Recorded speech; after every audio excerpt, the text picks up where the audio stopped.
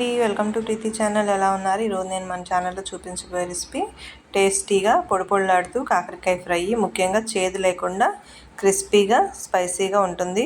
ఇంకెందుకు ఆలస్యం, మీరు కూడా ట్రై చేయండి నా స్టైల్లో.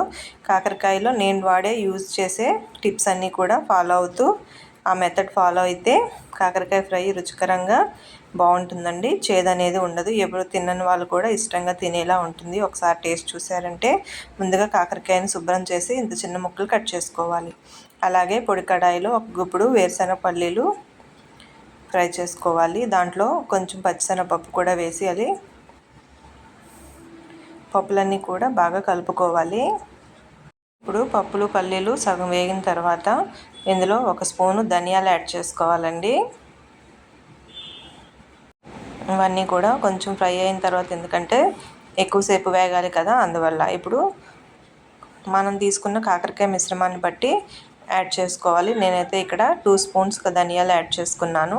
ఇవన్నీ కూడా కలర్ చేంజ్ అయ్యే వరకు బాగా ఫ్రై చేసుకోవాలి. మాడకుండా రోస్ట్ అయితే సరిపోతుందండి. చూసారు కదా. ఇప్పుడు ఒక 7-8 ఎండుమిర్చి వేసుకోవాలి.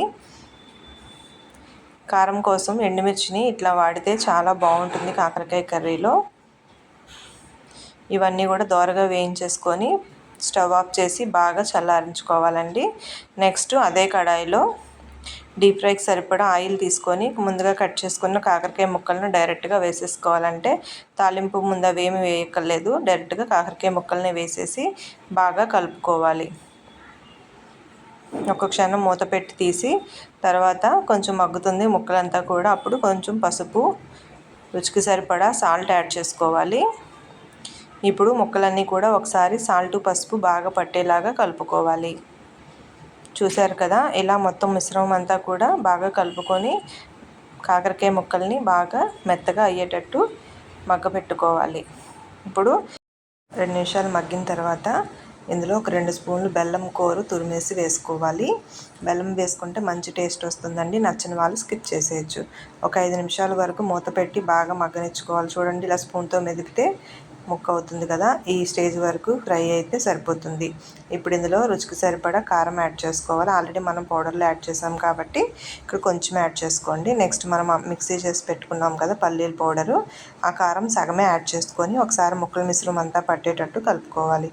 మిగిలిన సగము మళ్ళీ కొంచెం ఫ్రై అయిన తర్వాత రిమైనింగ్ వేసుకొని బాగా కలిపేసుకోవాలి. అయిపోయిందండి కాకరకాయ ఫ్రై. మీకు ఎలా నచ్చిందో నాకు కామెంట్ చేయండి. మీరు కూడా ఈసారి కాకరకాయని ఈ స్టైల్లో ట్రై చేసి చూడండి.